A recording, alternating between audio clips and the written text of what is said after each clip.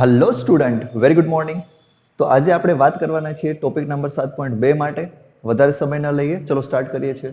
જુઓ, હવે આપણે જોશું ડાયનાઇટ્રોજન માટે એની બનાવટ કેમ થશે, એના રાસાયણિક ગુણધર્મો કેવા છે, ભૌતિક ગુણધર્મો કેવા છે અને એનો ઉપયોગ કેવો છે. બરાબર, આપણે દરેક ટોપિકમાં આ બધા વાત ડિસ્કસ કરવાની રહેશે. પહેલા સમજશું કે બનશે કેવી રીતે, બીજી વસ્તુ એના ગુણધર્મો કેવા, અને ત્રીજી વસ્તુ ઉપયોગમાં કેમ આવશે. પણ સૌથી પહેલા એની પ્રસ્તાવના જોઈ લઈએ. જો આપણે વાત કરીએ છીએ ડાયનાઇટ્રોજનની, બરાબર, ઉદાહરણ તરીકે હું લખી નાખું છું આગળ. બે નાઇટ્રોજન હશે, બંનેની વચ્ચે ટ્રિપલ બંધ હશે. આ પદાર્થની મારે વાત કરવાની છે. 1772માં, ઈસવીસન 1772માં સૌથી પહેલા તમારી પાસે ડેનિયલ રુથરફોર્ડ નામનો વૈજ્ઞાનિક હોય છે. એ આની શોધ કરે છે. શોધ કરે છે ત્યારે એનું નામ ડાયનાઇટ્રોજન નથી હોતું. એ કામ શું કરે સમજો. એક બંધ ચેમ્બર જેવું લે છે, એક બોક્સ સમજી લો તમે, કાચની પેટી સમજો. એની અંદર નાના નાના પ્રાણીઓને રાખી દે છે. ઉંદર થઈ ગયું, સસલા થઈ ગયા, એવા કોઈ પણ નાના નાના પ્રાણીઓ. હવે આ પ્રાણીઓ શું કરશે? શ્વસન ક્રિયા કન્ટિન્યુ કરશે અને શ્વસન ક્રિયામાં ઓક્સિજનનું પ્રમાણ છે એ વપરાઈ જશે. તો ઓક્સિજન છે એ વપરાઈ ગયો, પણ તમને ખબર છે કે ઓક્સિજન વપરાશે, સામે કાર્બન ડાયોક્સાઇડ બનશે પણ ખરો. તો અહીંયા આગળ ઓક્સિજન ભલે જતો રહ્યો, વધે છે કાર્બન ડાયોક્સાઇડ. સમજો હું શું કહું છું. આજની તારીખે મને ખબર છે કે હવાની અંદર શું છે? નાઇટ્રોજન છે, ઓક્સિજન છે અને કાર્બન ડાયોક્સાઇડ ને બધી વસ્તુ છે. તો થયું શું? ઓક્સિજન આમાંથી વપરાઈ ગયો, એની કંઈ ચિંતા નથી. કાર્બન ડાયોક્સાઇડ બહુ થોડા પ્રમાણમાં હોય છે, એ ભલે રહ્યો. ઉપરથી થોડોક વધારે કાર્બન ડાયોક્સાઇડ આગળ બને છે, પણ કાર્બન ડાયોક્સાઇડ અને નાઇટ્રોજનને બંનેને અલગ કરવા બહુ સહેલા છે. કેમ? એમના જે ક્રિટિકલ ટેમ્પરેચર છે એ બહુ જ અલગ અલગ છે. એટલા માટે હું નાઇટ્રોજન અને કાર્બન ડાયોક્સાઇડને એકબીજાથી અલગ કરી શકીશ, છૂટા પાડી શકીશ. તો કાર્બન ડાયોક્સાઇડને તમે થોડુંક ઠંડુ તાપમાન આપશો તો એ પ્રવાહીમાં ફેરવાઈ જશે. હવે જે વાયુ વધશે એ મોટા પ્રમાણમાં નાઇટ્રોજન હશે.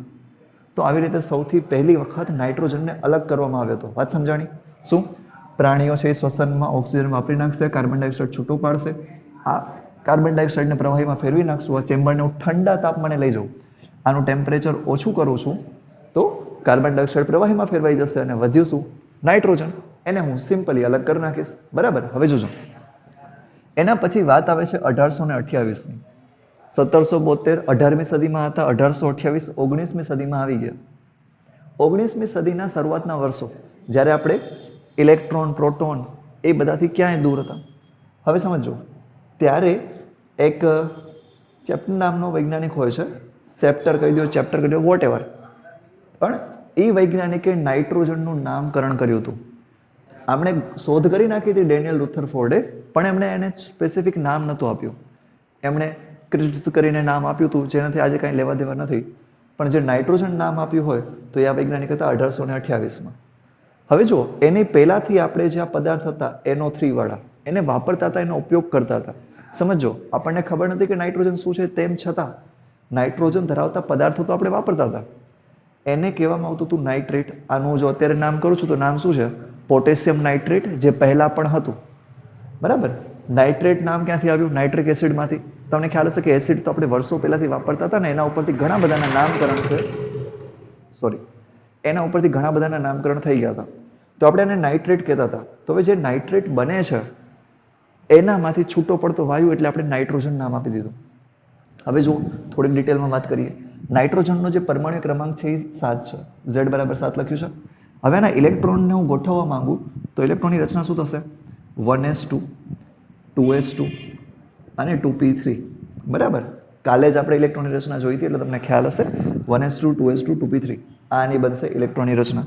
ચલો, હવે હું જો ડાયનાઇટ્રોજનની વાત કરું તો ત્યાં આગળ એક નાઇટ્રોજન બીજા નાઇટ્રોજન સાથે જોડાયેલું છે 3 બંધ વડે. એમાંથી એક સિગ્મા હશે ને ઉપરના 2 બંધ છે એ પાઈ બંધ હશે. કહેવાનું તાત્પર્ય શું છે કે ત્યાં આગળ મારી પાસે બે નાઇટ્રોજન વચ્ચે માની લો કે આપણે 3 બંધ બન્યા છે.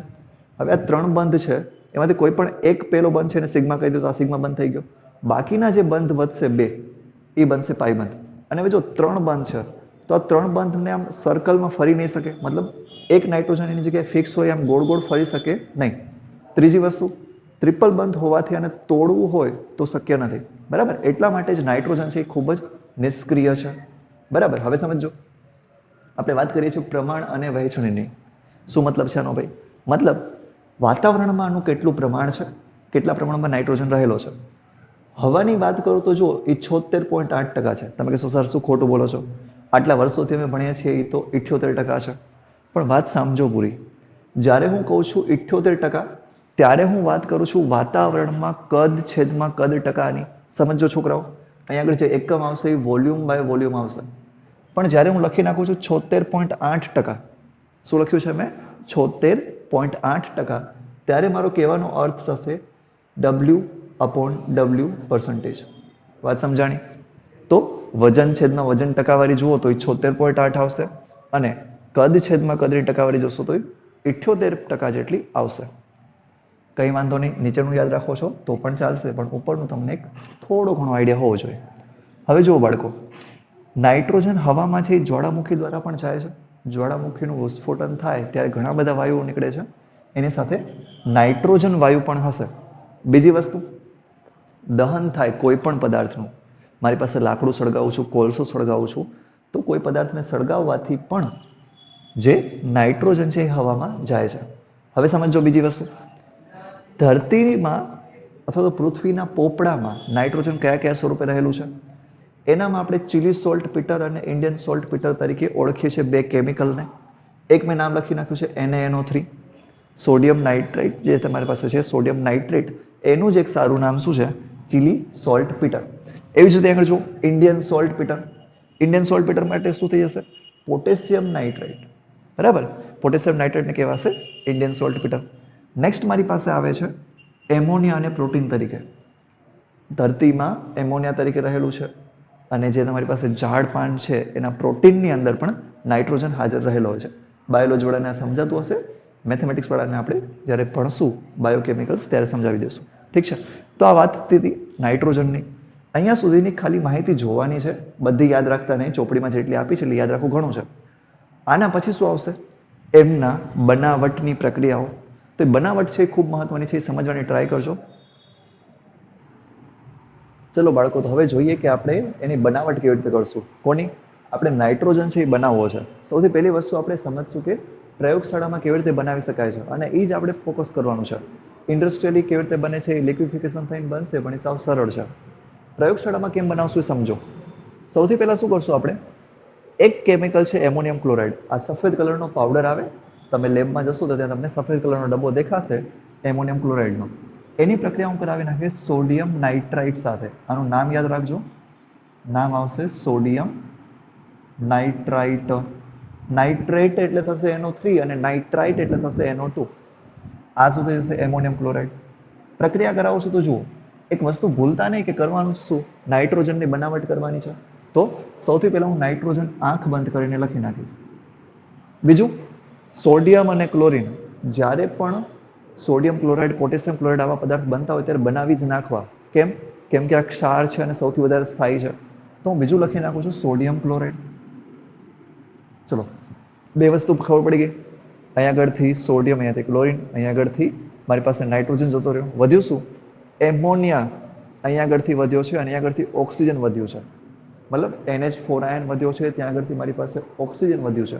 હવે એમાં વિચારો કે શું બની શકે છે તમારી પાસે. તમે જો ધ્યાનથી જોશો તો તમારી પાસે હાઇડ્રોજન અને ઓક્સિજન વધ્યા છે એમ કહી શકાય. જો આને હું ધ્યાનથી કહું ને તો શું થશે? જુઓ, આ એક નાઇટ્રોજન, અહીંયા આગળથી બીજો નાઇટ્રોજન, એ તો જતો રહ્યો. અહીંયાથી વધ્યું શું? ખાલી હાઇડ્રોજન. અહીંયાથી શું વધ્યું? ખાલી ઓક્સિજન. તો જુઓ શું લખાશે? પાણી. સાવ જ સરળ છે. શું કરવાનું? પહેલા નાઇટ્રોજન બનાવી નાખવાનો, એક અહીંયાથી નાઇટ્રોજન બની ગયો. પછી સોડિયમ અને ક્લોરીનને જોડાવી દો, સોડિયમ ક્લોરાઇડ બની ગયા. વધ્યું શું? ખાલી પાણી વધ્યું. બેલેન્સ કરી લઈએ. જો હાઇડ્રોજન 4 છે એટલા માટે હું 2 કરી નાખીશ, તો મારી પાસે 2 ઓક્સિજન થઈ ગયા. બાકી બધું એમને છે, સાવ સરળ રિએક્શન છે. ગોખી નાખજો, જરૂર પડશે 2-3 વાર પ્રેક્ટિસ કરશો, સમજાઈ જશે, આવડી જશે. બીજી પ્રક્રિયા જુઓ, એમોનિયમ ડાયક્રોમેટ. જે આટલો પાછળનો ભાગ છે ને એને કહેવાય ડાય, કેમ કે ક્રોમિયમ છે 2 વખત છે, અને પાછળના ઓક્સાઇડને કહેવાશે ડાયક્રોમેટ. તો વાત સમજાણી? ડાયક્રોમેટ છે. અને આગળ શું છે? Ammonium ion. તો એમ કહી દઈશ એમોનિયમ. શું કહી દઈશ? એમોનિયમ. પાછળ આવશે ડાયક્રોમેટ. હવે સમજો ધ્યાનથી. એમોનિયમ ડાયક્રોમેટ છે, એને હું ગરમ કરીશ. આપણે સિમ્બોલ દેખાડી દઈએ, હીટ કરી નાખીએ. તો હીટ કરવાથી એક નાઇટ્રોજન ગેસ બનશે. કેમ કે આપણને ખબર જ છે કે બનાવટ એની ભણીએ છીએ. તો એક નાઇટ્રોજન મેં લખી નાખ્યું. બીજું સમજો, બીજું અહીંયા આગળથી ક્રોમિયમનો ઓક્સાઇડ બનશે. કયો બને છે જુઓ, Cr2O3. માની લો તમને આ યાદ નથી રહેતો તો જવા દો. સાથે જો હાઇડ્રોજન છે અને ઓક્સિજન છે, પાણી છૂટું પાડી નાખો.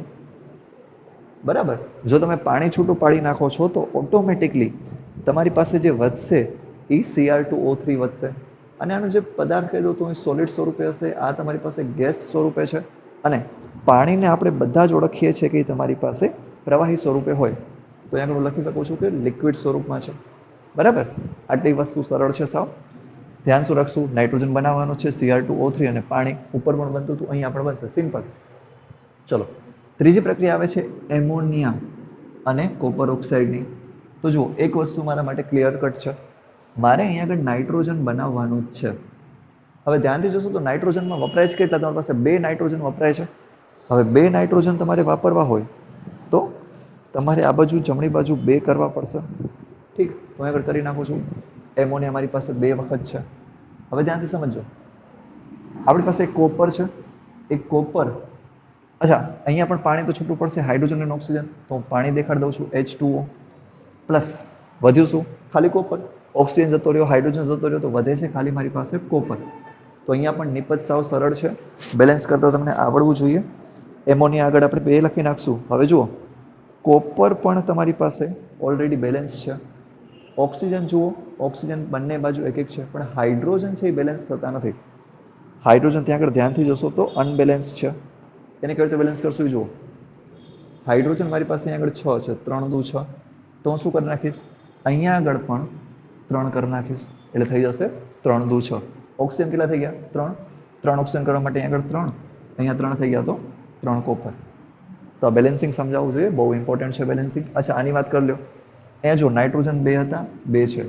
પાણીની વાત કરો, 4 દુ 8 હાઇડ્રોજન. 8 હાઇડ્રોજન મારે કરવા હોય તો અહીંયા કરી નાખીશ 4. હવે ઓક્સિજન જુઓ, 4 અને 3 7, અહીંયા ઓલરેડી 7 છે. બરાબર, આ ભૂલાઈ ગયું હતું, કરી નાખજો. છેલ્લે આવે છે ચોથા નંબરની રિએક્શન. ટેક્સ્ટબુકમાં જોજો, આને ઇમ્પોર્ટન્ટ કરી નાખજો.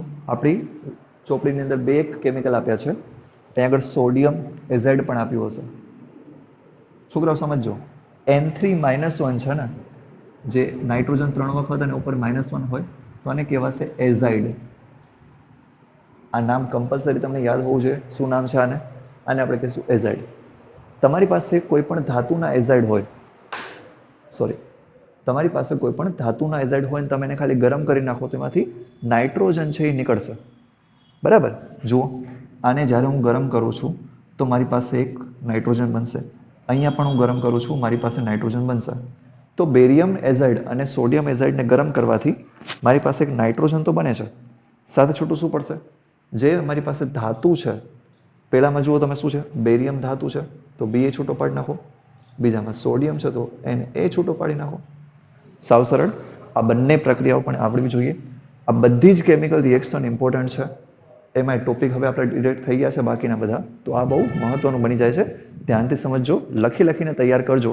બેલેન્સિંગ સુધીની વાત ક્લિયર હોવી જોઈએ. અચ્છા, બેલેન્સ કરી નાખું અહીંયા આગળ. જો 3 દુ 6 નાઇટ્રોજન હતા, 6 નાઇટ્રોજન બનાવવા માટે શું કરી નાખીશું, અહીંયા 3 કરી નાખીશ, કામ પૂરું. અહીંયા આગળ વાત કરવી હોય તો 3 નાઇટ્રોજન છે, ત્યાં આગળ 2 કરી નાખો, અહીંયા 3 કરી નાખો, અહીંયા 2 કરી નાખો. સિમ્પલ. ઠીક છે. હવે આપણે જો બનાવટ જોઈ લીધી છે કે બનશે કેવી રીતે, હવે શું સમજશું, થોડાક ભૌતિક અને થોડાક રાસાયણિક ગુણધર્મો સમજવાના રહેશે. ચલો, હવે નેક્સ્ટ ટોપિક આપણી પાસે આવે છે એમના ભૌતિક ગુણધર્મો.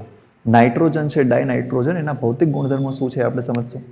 હવે ધ્યાનથી જુઓ, સૌથી પહેલા રંગવિહીન છે, સ્વાદવિહીન છે, ગંધવિહીન અને વાયુ સ્વરૂપમાં હશે.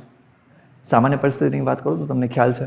હવે જો આ કંઈ વસ્તુ યાદ રાખવાની જરૂર નથી, આ બધી વસ્તુ આપણને ઇનડાયરેક્ટલી ખબર જ છે. નાઇટ્રોજન ક્યાં હોય છે, વાતાવરણમાં હશે, હવાની અંદર નાઇટ્રોજન રહેલો છે. હવે જો આપણે બંને એકબીજાને જોઈ શકીએ છીએ, એનો મતલબ શું, એને કાંઈ રંગ નથી. જો કલર હોત તો એ આપણને વચ્ચે નડત. બીજી વસ્તુ, સ્વાદવિહીન છે. આપણે શ્વાસમાં લઈએ છીએ, આપણે મોઢું ખોલીએ ત્યારે પણ નાઇટ્રોજન અંદર જાય, એનો કંઈ ટેસ્ટ આપણને આવતો નથી. ઠીક છે. ગંધવિહીન છે, નથી સુગંધ આવતી, નથી દુર્ગંધ આવતી. તો આ ત્રણેય ગુણધર્મો સમજી શકાય છે. અને વાયુ છે તો આપણને ખ્યાલ છે, જવા દો. બીજી વસ્તુ વેલ નોન છે, જો ઝેરી હોત તો જીવી શકત ખરા. દિવસ રાત ભરી ભરીને નાઇટ્રોજન પીએ છીએ આપણે, પણ મરતા નથી, એનો મતલબ આ બિનઝેરી છે, ખબર છે. તો પહેલો બીજો મુદ્દો યાદ રાખવાની જરૂર નથી. ત્રીજો મુદ્દો, પાણીમાં દ્રાવ્યતાની 23.2 ml પર લિટર જેટલી છે, મતલબ બહુ જ ઓછું છે. 1 લિટર પાણીમાં માંડ તમારી પાસે 20 ml જેટલો નાઇટ્રોજન ડિઝોલ્વ થઈ શકે છે. આ યાદ રાખવાની જરૂર છે? ના, સંખ્યા નહીં, પણ શું યાદ રાખવાની જરૂર છે? તમારી પાસે આની જે દ્રાવ્યતા છે એ ખૂબ ઓછી છે. કેમ? સમજો, પાણી જે છે ને એ ધ્રુવીય પદાર્થ છે. પાણી કેવું છે? ધ્રુવીય. જ્યારે નાઇટ્રોજનની વાત કરું તો એ સંપૂર્ણપણે બિનધ્રુવીય પદાર્થ છે. અને જ્યારે આપણે ઓગાળવાની વાત કરીએ છીએ, દ્રાવ્યતાની વાત કરીએ છીએ, ત્યારે લાઇક ડિઝોલ્વ લાઇકનો કન્સેપ્ટ આવે, જેવા સાથે તેવા. તો જે ધ્રુવીય છે એ ધ્રુવીયને જ ઓગાળશે, બિનધ્રુવીય છે એ બિનધ્રુવીયને ઓગાળશે. તો પાણી કેવું છે? ધ્રુવીય. એનામાં ધ્રુવીય પદાર્થો ઓગળી શકે છે, આ બિનધ્રુવીય હોવાથી ઓગળશે નહીં. હવે સમજો, મેલ્ટિંગ પોઈન્ટ અને બોઇલિંગ પોઈન્ટ, મતલબ ઉત્કલન બિંદુ અને ગલન બિંદુ. 63 કેલ્વિન તાપમાને ઘનમાંથી પ્રવાહીમાં ફેરવાશે અને 77 કેલ્વિન તાપમાને તો એ પ્રવાહીમાંથી વાયુમાં ફેરવાઈ જશે. સામાન્યપણે આપણું તાપમાન કેટલું હોય છે? 300 કેલ્વિન કરતાં વધારે જ હોય. તો એ હંમેશા તમને વાયુ સ્વરૂપે જોવા મળશે. ફ્રીજમાં લઈ જશો તો પણ તે વાયુ સ્વરૂપમાં જોવા મળશે. ઠીક, તો એને થોડાક ભૌતિક ગુણધર્મો હતા, નજર નાખજો. કાંઈ ઇમ્પોર્ટન્ટ નથી, પણ ભણવામાં આવે છે, મેં સમજાવી દીધું. સૌથી મહત્વના છે એના રાસાયણિક ગુણધર્મો, જે સમજીએ છીએ. ચલો, તો હવે આપણે વાત કરી લઈએ એના રાસાયણિક ગુણધર્મો માટે. સૌથી પહેલી વસ્તુ આપણે પહેલાં જોઈ ગયા છીએ કે નાઇટ્રોજન છે એ સામાન્ય તાપમાને નિષ્ક્રિય છે. એમાં ટ્રિપલ બંધ છે, એટલા માટે એ સળગશે પણ નહીં અને સળગવા બીજા કોઈને દેશે પણ નહીં. તો નાઇટ્રોજન છે એ પ્રમાણમાં નિષ્ક્રિય છે. ટ્રિપલ બંધ હોવાના કારણે એની જે બોન્ડ ડિસોસિએશન એન્થાલ્પી છે, મતલબ બંધ વિયોજન એન્થાલ્પી, એ કેટલી છે? 941.4 કિલોજૂલ જેટલી. કહેવાનો મતલબ બહુ મોટું મૂલ્ય છે. તમારે ત્રણેય બંધ બ્રેક કરવા હોય તો બહુ વધારે ઉર્જાની તમારે જરૂર પડશે. પહેલી વસ્તુ ક્લિયર? હવે સમજો, આપણે વાત કરી કે સામાન્ય તાપમાને અથવા તો નીચા તાપમાને પ્રક્રિયા નહીં કરે, પણ એનો મતલબ એવો નથી કે પ્રક્રિયા કરતું જ નથી. એને જો તમે ઊંચું તાપમાન આપી દો, વધારે ટેમ્પરેચર સુધી લઈ જાઓ છો, તો એ પ્રક્રિયા કરી નાખશે. ઘણા બધા પદાર્થો સાથે પ્રક્રિયા કરે છે, થોડાક ધાતુ, અર્ધાતુ અને અર્ધધાતુ બધા સાથે. જુઓ, બીજી વાત આવે છે આપણી પાસે કે ઓક્સિડેશન કરતા છે કે રિડક્શન કરતા. હું આગળ બંનેમાં ચોકડી મારી દઈશ. મતલબ એ ન તો સારો ઓક્સિડેશન કરતા પદાર્થ છે, ન તો સારો રિડક્શન કરતા પદાર્થ છે, અને થોડા ઘણા અંશે બંને પ્રકારનો પદાર્થ તરીકે વર્તે છે. મતલબ નાઇટ્રોજન ઉપર -3 પણ બહુ સ્થાયી નથી ને નાઇટ્રોજન ઉપર +3 પણ બહુ સ્થાયી નથી. એટલા માટે ન તો બંધ બનાવવાની વર્તણૂક રાખશે, ન તો ઇલેક્ટ્રોન મેળવવાની કે ગુમાવવાની કોઈ પણ વૃત્તિ સારી રીતે દર્શાવતો નથી. ત્રીજો પોઈન્ટ સમજો, આની પ્રક્રિયા જો તમે ધાતુ સાથે કરાવો છો, અને ધાતુ તરીકે હું લિથિયમ લઈ લઉં તો શું થાય? કાંઈ નહીં, લિથિયમનો વીજભાર હોય +1, તો નાઇટ્રોજનનો બને -3. આના ક્રોસ મલ્ટીપ્લાય કરો, તમને જવાબ મળશે લિથિયમ અને નાઇટ્રોજન. લિથિયમ છે એ 3 વખત જોડાશે એક નાઇટ્રોજન સાથે. ઠીક, એવી જ રીતે જો હું કેલ્શિયમની વાત કરું કે નાઇટ્રોજન અને કેલ્શિયમ પ્રક્રિયા કરે, તો કેલ્શિયમનો વીજભાર હોય +2, નાઇટ્રોજનનો હોય -3. પદાર્થ બનાવી નાખો. જો અહીં આગળ શું આવશે? Ca3N2. તમને ખ્યાલ હશે કે જે ઉપરની સંખ્યા હોય બગડો એ નીચે આવી જાય અને તગડો છે એ જમણી બાજુ જતો રહેશે. તો કેલ્શિયમ છે એ 3 વખત, નાઇટ્રોજન છે એ 2 વખત. તકલીફ થતી હોય તો એને આગળ પાછળ લખી નાખજો, મતલબ આવી રીતે કેલ્શિયમ પ્લસ નાઇટ્રોજન. અહીં આગળ કરી નાખો -3, અહીં આગળ કરી નાખો +2, નિપજ કરશો તો Ca3N2. ઠીક, આ ચાર્જ કેવી રીતે ગણવાના છે મેં તમને 11માં સમજાવ્યું છે ને, આ ચેપ્ટર પહેલાં પણ સમજાવ્યું હતું. વાત કરીએ અધાતુ સાથે, તો નાઇટ્રોજન અને હાઇડ્રોજન જ્યારે ભેગા મળે છે ત્યારે એમોનિયા બનાવશે હેબર પદ્ધતિથી, બરાબર? લોખંડ અને મોલિબ્ડેનમની હાજરીમાં એમોનિયા બનાવી નાખશે. એવી જ રીતે ઓક્સિજન અને હાઇડ્રોજનને જોડી નાખો, નાઇટ્રોજનને જોડી નાખો, તો એ ઘણા બધા ઓક્સાઇડ બનાવે છે. તેનું સિમ્પલ ઓક્સાઇડ NO તરીકે રાખી દો છો. તમે આગળ NO2 લખી શકો છો, NO3 લખી શકો છો. આખી સિરીઝ આવશે ઓક્સાઇડની, એ જ્યારે આપણે નાઇટ્રોજનના ઓક્સાઇડ ભણશું ત્યારે જોશું, બરાબર? ત્યાં હાસ્ય વાયુની પણ વાત છે, એ પણ સમજવાની રહેશે આપણે. નેક્સ્ટ આવે છે Al2O3 અને કેલ્શિયમ કાર્બાઇડ. આ જે પદાર્થ છે શું કહેવાશે? કેલ્શિયમ કાર્બાઇડ કહેવાશે. આ બંને સાથેની જે પ્રક્રિયા છે આપણે સમજવાની છે, નજર નાખીએ છીએ. સૌથી પહેલા પ્રક્રિયા જુઓ Al2O3 સાથે. Al2O3 અને નાઇટ્રોજન આની પ્રક્રિયા કરાવશું, પણ એ કાર્બનની હાજરીમાં હોય. શું કહું છું ધ્યાનથી સમજો. આપણે પ્રક્રિયા કોની કરાવવાની છે? Al2O3ની. Al2O3ની પ્રક્રિયા કરાવશું નાઇટ્રોજન સાથે. અહીંયા સાથે આપણને કાર્બન જોશે ને ખૂબ જ ઊંચું તાપમાન જોશે. ત્યારે એલ્યુમિનિયમ અને નાઇટ્રોજન કમ્બાઈન થઈ જાય તો એલ્યુમિનિયમ નાઇટ્રાઇડ બની જશે. જો એલ્યુમિનિયમ પર +3 વીજભાર છે, અહીંયા આગળ આવશે +3, નાઇટ્રોજન ઉપર આવશે -3. તો આ બંને છે એકબીજા સાથે જોડાઈ જાય છે અને બનાવશે એલ્યુમિનિયમ નાઇટ્રાઇડ. સાથે જ જુઓ આપણી પાસે શું હતું, અહીંયા આગળ એક ઓક્સિજન વધી પડશે. જોવો છો અહીંયા આગળ ઓક્સિજન વધી પડ્યો. અહીંયા બીજું શું છે, કાર્બન. એ બંનેને જોડી નાખો. એ બંનેને એકબીજા સાથે જોડશો તો બનશે કાર્બન મોનોક્સાઇડ. ઠીક, એવી જ રીતે હું કરી નાખું છું કેલ્શિયમ કાર્બાઇડ સાથે પ્રક્રિયા. તો Al2O3 લઈ લીધો, સાથે પ્રક્રિયા કરાવી નાખી કેલ્શિયમ કાર્બાઇડ સાથે. અને યસ, નાઇટ્રોજન તો હશે જ. તો જો ઉપરની પ્રક્રિયા જેવું જેવું અહીંયા આગળ થશે, તમારી પાસે કેલ્શિયમ કાર્બાઇડ છે એ પ્રક્રિયા કરશે નાઇટ્રોજન સાથે. સોરી, અહીંયા આપણે એક મિસ્ટેક કરી નાખી છે, Al2O3 છે નહીં આવે, આપણે ભૂલથી બીજું લખી નાખ્યું. આપણે નાઇટ્રોજન અને કેલ્શિયમ કાર્બાઇડ બંને વચ્ચે પ્રક્રિયા કરાવશું. સૌથી પહેલાં કેલ્શિયમનું નાઇટ્રેટ બનાવી નાખો. જો શું બનાવું છું, Ca3N2+. વધ્યું શું, મારી પાસે કાર્બન છે એ વધશે. કાર્બન વધે છે, કેલ્શિયમ છે તો જોડાઈ ગયો છે નાઇટ્રોજન સાથે, તો આપણે શું લખી નાખશું, એકલો કાર્બન લખી નાખો. અહીંયા કાંઈ કરવાની જરૂર નથી, સિમ્પલી કાર્બન લખી નાખો, કામ પૂરું. ઠીક છે બાળકો, તો આ થોડી ઘણી પ્રક્રિયાઓ હતી, સાવ સરળ છે, એકવાર નજર નાખશો તો પણ આવડી જશે. હવે ખાલી ઉપયોગ છે એ આપણે વાત કરી લઈએ. ચલો હવે તો જોઈ લઈએ આપણે કે નાઇટ્રોજનના ઉપયોગો શું શું છે, નાઇટ્રોજન કામમાં કેવી રીતે આવશે. સૌથી પહેલી વસ્તુ, આપણી પાસે જે વાયુ સ્વરૂપમાં નાઇટ્રોજન હોય છે એના માટે આપણે એક પછી એક ગુણધર્મો જોતા જઈએ છીએ, એનો ઉપયોગો સમજશું. તો જે ડાયનાઇટ્રોજન છે ને સૌથી પહેલે તમે નિષ્ક્રિય વાયુ તરીકે ઉપયોગમાં લઈ શકો છો.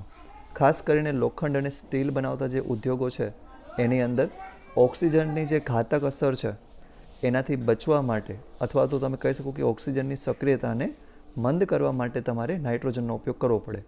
નાઇટ્રોજનની હાજરીમાં ઓક્સિજન પ્રક્રિયા કરતી અટકશે અને જે કાટ લાગવાની પ્રક્રિયા છે એ રોકાઈ જાય છે અને સ્ટીલ છે એ સારી ગુણવત્તાનું બની શકે છે. આ વાત થઈ ગઈ પહેલા ગુણધર્મની. શું યાદ રાખશું, ધાતુ કર્મ વિધિમાં અલગ અલગ ધાતુના શુદ્ધિકરણ માટે નાઇટ્રોજન વપરાય છે. બીજું, આપણને ખબર છે કે શ્વસન ક્રિયામાં હા કામ લાગશે.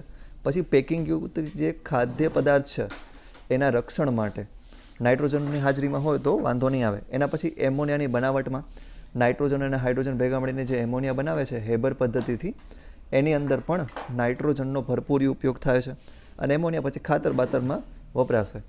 તો આ ખાતરની બનાવટમાં જે એમોનિયમ આયન આવે છે NH4+1, એમાં ઉદાહરણ તરીકે હું એક ખાતરની વાત કરું, કેલ્શિયમ કાર્બાઇડ અને નાઇટ્રોજનની પ્રક્રિયાથી તમારી પાસે બનશે કેલ્શિયમ સાયનામાઇડ. આ કેલ્શિયમ સાયનામાઇડ છે એક સારું ખાતર છે. ઠીક, એની મોટી મોટી ગુણી ભરીને માણસો લાવતા હોય એ બને કેની મદદથી, નાઇટ્રોજનથી. એના સિવાય રેફ્રિજરેટરમાં શીતક તરીકે તમારે જે કોઈ પણ પદાર્થ છે એને ઠંડો કરવા માટે વપરાતી હોય છે. હવે જોવાનું છે કે ચામડી ઉપર થતી શસ્ત્રક્રિયા હોય એમાં પણ નાઇટ્રોજન વપરાશે. તો આ આપણા ઉપયોગ હતા, આપણે આજે અહીંયા સુધી રાખીએ છીએ. બાકી બધું કાલે જોશું. આ લખીને મોકલાવી દેજો, તમારું હોમવર્ક છે.